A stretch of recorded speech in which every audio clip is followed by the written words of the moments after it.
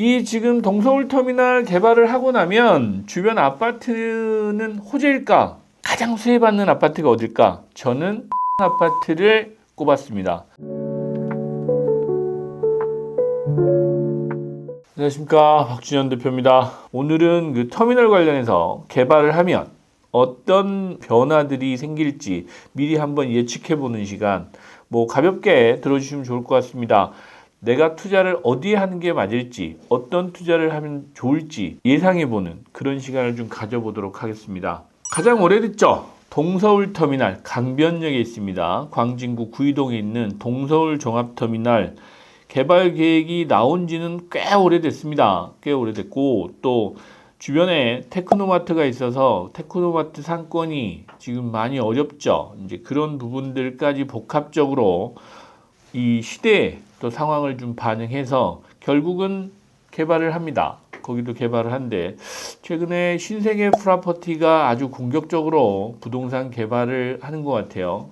강남에도 최근에 프리마 호텔 부지죠. 청담동의 프리마 호텔 부지도 신세계 프라퍼티가 그 개발에 참여하고 있는데, 동서울 종합터미널 부지도 마찬가지입니다. 신세계 프라퍼티가 또 참여해서 개발을 하게 되어 있습니다. 그 개발 내용을 좀 잠깐 살펴보도록 하겠습니다. 그 동서울터미널 조감도를 보고 저는 왜 조감도를 저렇게 그렸을까라는 생각을 했습니다. 물론 멋있어요. 멋있는데 모양 내다가 공사비는 정말 많이 들어가겠다라는 생각도 했고, 실질적으로 저는 이 선형의 그 건물은 조금 미적으로 보기는 좋을지 몰라도 실용적이진 않다라는 건축가적인 생각을 좀 가지고 있습니다. 그래서 조금 효율적인 그 디자인을 좀 계획했으면 어땠을까?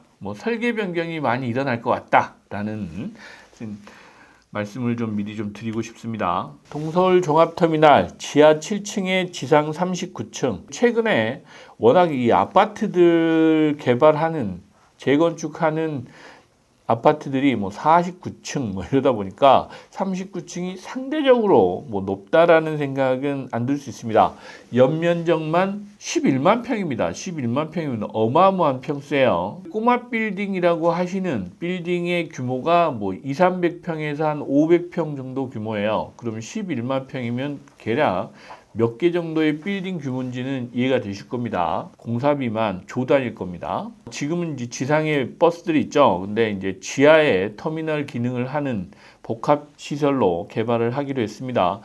2026년 착공해서 2031년에 준공 목표를 가지고 있다고 하는데, 통상은 저희가 계획했던 것보다는 빨리는 안 되니까 2031년, 2032년 정도에 개통하지 않겠나라고 보입니다. 한 5, 6년 뒤에는 동서울터미널 강변역 쪽은 천지개벽을 할 것 같다. 여기에도 변함없이 신세계 프로퍼티가 들어가니까 스타필드를 입장한다고 합니다. 터미널은 공사 기간에는 테크노마트로 이전한다고 합니다. 테크노마트는 다행히 산소 호흡기를 조금 달 수 있을 것 같습니다.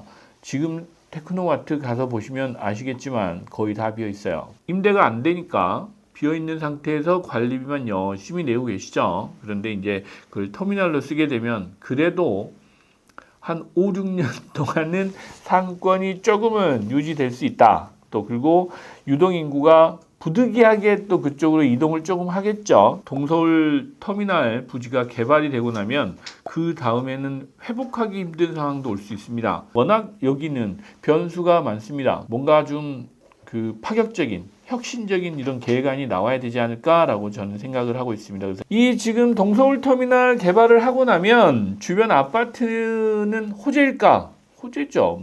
악재일 이유는 없죠. 아파트 쪽 그렇습니다. 아파트 쪽에 그쪽에 이제 현대 프라임 아파트인가요? 프라임도 있고, 최근에 입주한 구역에 이스트폴 있죠. 쿠팡이 들어가고 광진구청이 또 들어간 그런 또 업무시설하고 같이 있는 그런 단지가 있는데, 그런 아파트들은 분명히 수혜를 받을 겁니다. 받을 수밖에 없죠. 왜? 주변에 이제 그 스타필드가 들어온다는데, 그리고 또 불편할 게 없지 않습니까?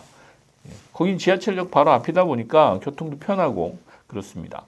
단지 이 주변에 있는 상권도 그럼 같이 살아나야 되는데 그거는 조금 퀘스천이에요. 그래서 이제 주변에 저희 버스 승하차장 이렇게 이제 지하로 가니까 지금 동서울 터미널로 보면 쾌적성은 조금 나아지겠죠. 네, 좀 쾌적해집니다. 스세권, 뭐 스타필드가 들어오니까 스세권이라고 할 수 있죠. 근데 프리미엄 상업시설 입점 뭐 주변에 그래서 많은 한강변 아파트들은 재개발을 또 재건축을 아마 하지 않을까 그런 트리거가 될 수 있는 그런 그 모멘텀이 좀 될 것 같다라고 이제 말씀을 하시는데 여기서 가장 수혜받는 아파트가 어딜까? 저는 자양 한양 아파트를 꼽았습니다. 동서울 터미널 바로 옆에 있어요. 한강변인데 이 아파트 같은 경우는 물론 단지가 아주 대형 단지는 아닙니다. 그럼에도 불구하고 평형 자체는 대형 평형으로 구성되어 있어요. 그래서 일반인들이 잘 모르시죠? 왜냐하면 현대 프라임 아파트는 다 알고 계신데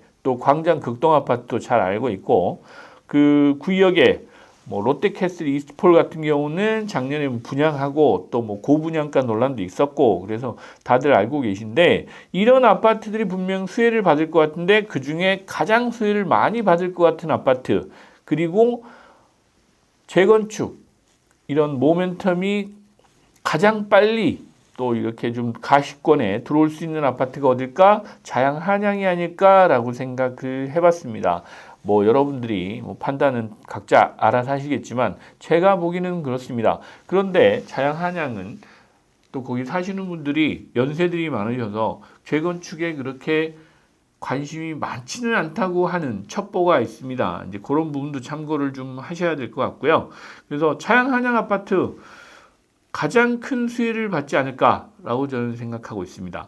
그러면 상업용 부동산은 어떨까라고 그 투자하고 전망을 좀 이렇게 해봐 주세요라고 하는데 많은 얘기 중에 저는 떡고물 효과라고 표현을 했어요. 우리 흔한 말로 떡고물이라도 떨어지지 않을까라고 이제 말씀을 드렸는데 무슨 얘기냐면 터미널이 없어지고 기존에 이제 터미널이 있던 그 주변에 동서울 관광호텔이 있었습니다. 오래된 아파트입니다. 오래된 호텔이에요. 오래된 호텔인데 최근에 리모델링을 하기 시작했습니다. 리모델링 하기 시작해서 26년도에 다시 그 오픈을 한다고 하는데 그런 호텔들은 조금 혜택을 받지 않을까라고 생각을 해요. 그래서 호텔업 쪽은 그 지방에서 올라온 군인들도 있고 뭐 출장 오신 분들도 있고 하다 보니 제가 보기에는 많은 혜택을 받을 것 같다. 그리고 주변에 오피스텔이라고 할까요? 이제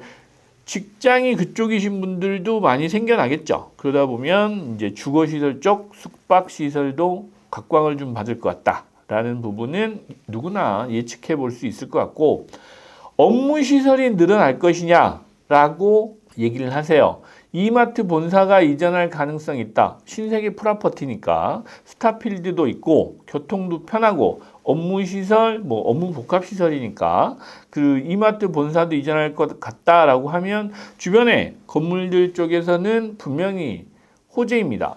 상권도 조금은 회복할 것 같고 사실 가서 보시면 아시겠지만 동서울 터미널 쪽은 별게 없어요. 상권이라는 게. 뭐 주거상권 주변에 뭐 음식점 정도 이렇게 있는데 동서울 터미널이 개발되고 나면 이런 이마트 본사 업무시설 이런 것들이 본격적으로 이전하고 나서 그쪽에 업무 공간 쓰시는 분들이 밤에 회식이라도 하지 않겠습니까?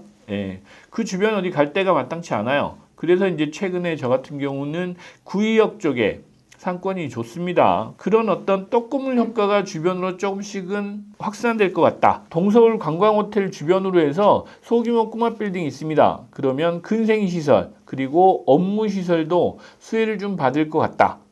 라는 생각을 가지고 있습니다. 지금처럼 상권이 어렵지는 않을 것 같습니다. 그래서 그 떡고물 효과를 한번 예상해 보고 여러분들이 투자를 하실 때 지금 너무 빨리 들어가실 필요는 없어요. 적정하게 사용 계획이 있으신 분들은 미리 본사나 이런 걸 이전하셔서 사용하시다가 나중에 매각하시고 투자 수익을 거두시는 방안도 나쁘지 않다라는 생각이 듭니다.